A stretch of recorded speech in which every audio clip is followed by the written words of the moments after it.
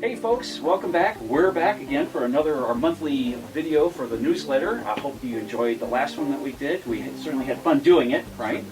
And so this month we're going to showcase one of our very critical processes here at the winery, which we call the oak trials. Alan, you want to tell the folks a little bit about that? Yeah, so what we're going to do today is we're going to introduce oak to a wine that's getting ready to be bottled. And we introduce oak to wine throughout the winemaking process, but this is the final time that we're going to do it.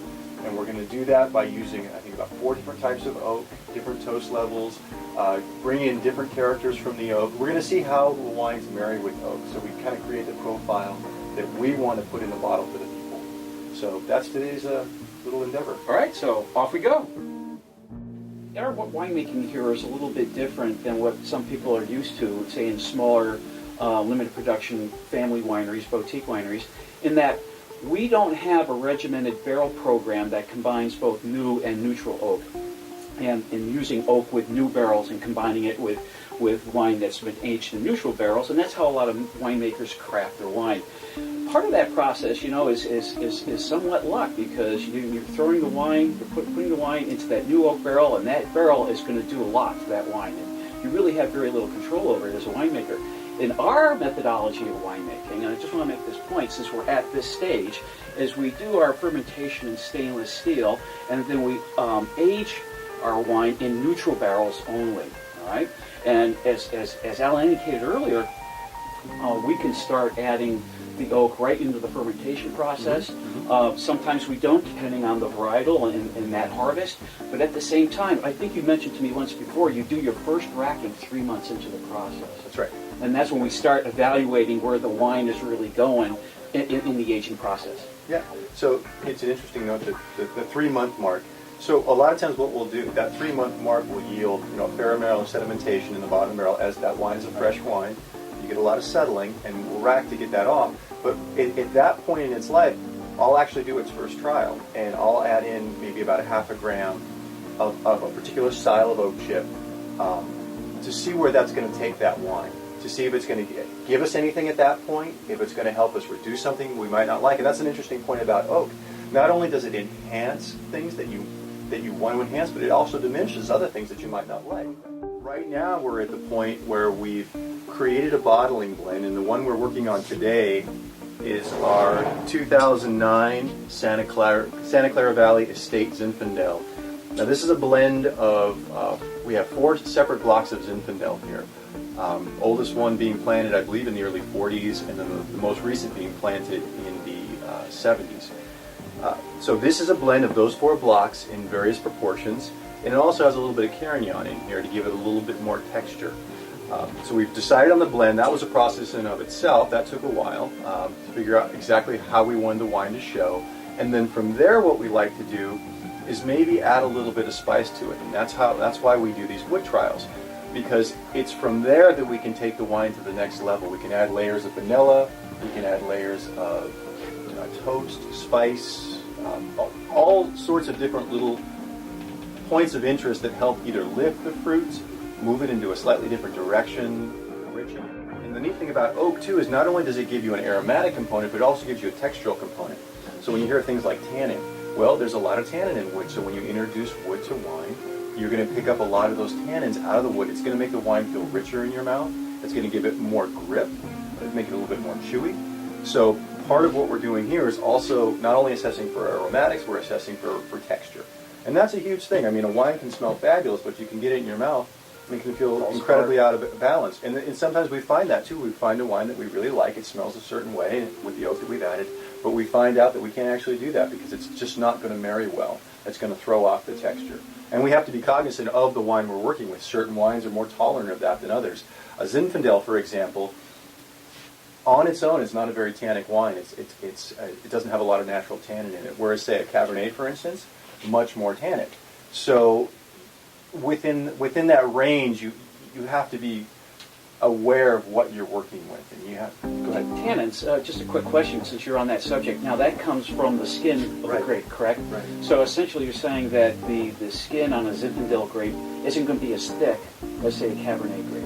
Is that true or false? No, I don't know if it necessarily relates to the actual thickness of the skin. It's more of its actual chemical composition. an interesting thing about this as well is we don't try to have the same oak program every year. And I think what we try to shoot for is we try to shoot for the best wine each year as opposed to the same wine each year. So perhaps French oak marries well this year, perhaps American oak will marry better next year, because every season is going to offer us different challenges in different situations. And so I want to be kind of dynamic to that. Most people are familiar with French oak. That's the standard. Everyone, anybody who's ever made wine, French oak is standard. And then comes along American oak, which offers an entirely, well, not entirely different, but a different profile. I believe there's less tannin in American oak. Chips have become more and more accepted in the industry. They kind of used to be kind of a bad word. People didn't really want to talk about using them. I'm much more comfortable talking about using them for a really simple point is that, and you and I were just talking about this earlier, impart the type of oak characters I want to impart in 120 barrels with the same amount of wood that it takes to make one new barrel. So, wow. Sort of an interesting little tidbit. That's a very interesting. As we move forward into people being more conscious of their environmental impact, it's huge. Yes, it is. It's an amazingly efficient use of resources. Now, that's not to say that using a new barrel is a wonderful experience. I mean, when you open these things up, oh my God, it's like heaven. It's just the char and the toasted sugars, and it's just amazing. It's heavenly. But we have to be cognizant that we're here on this planet in this particular moment, and we're not here very long. And if we use everything up, that's it. There they goes. So. Another point too, it's part of the artistry. It's environmentally sound, a sustainable procedure, absolutely process. But at the same time, if you look at the cost of new oak and the amount of wines we produce, it actually becomes prohibitive economically.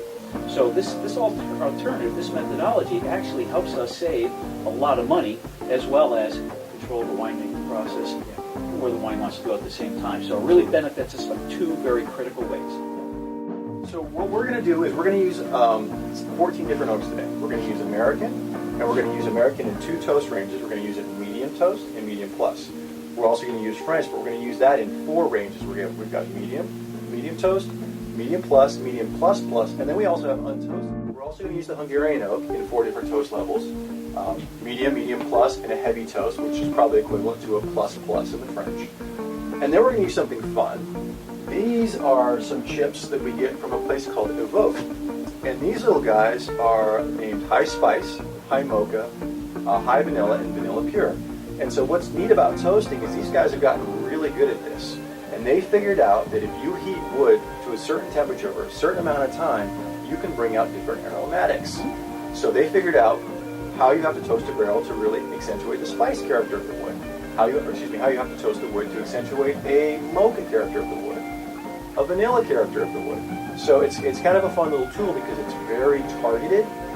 The French oak, the American oak, the Hungarian all have these components.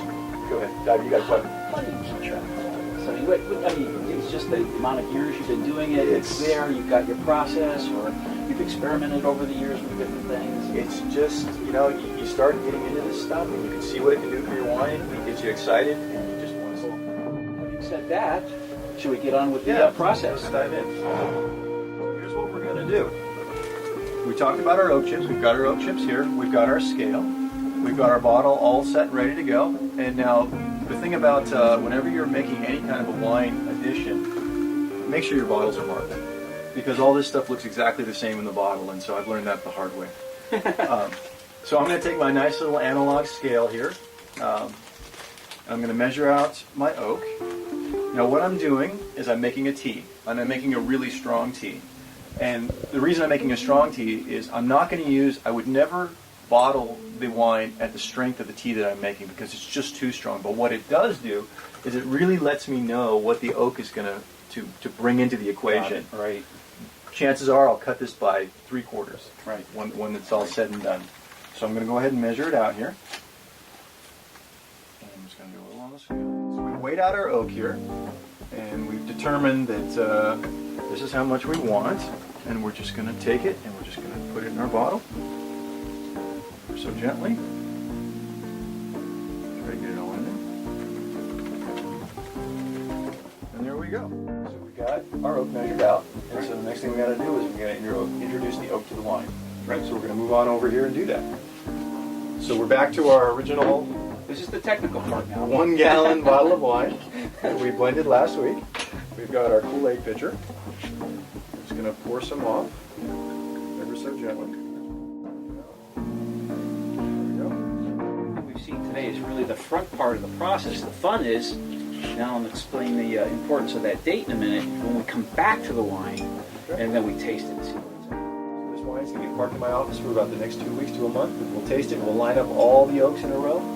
We'll smell them, we'll evaluate, we'll make our blend. Those are the fun days. Those are the fun days. Greg calls those the fun days. That's a wrap on what we did today. Hope everybody appreciated this whole process that we go through, because it really is very critical in our winemaking program, what we want to bring you. Again, you know, the best wine for the value and things of that nature. Now, a couple of things coming up. The interesting thing about this 09 Zin, it's actually going to be part of an event on May 13th for our club members. It's going to be a vertical Zin tasting. So this is the first time ever we're doing a vertical tasting kind of dinner for our club members. It's a new thing, and every club member that participates in the event is going to take home a small 375 liter bottle of the 09 barrel sample.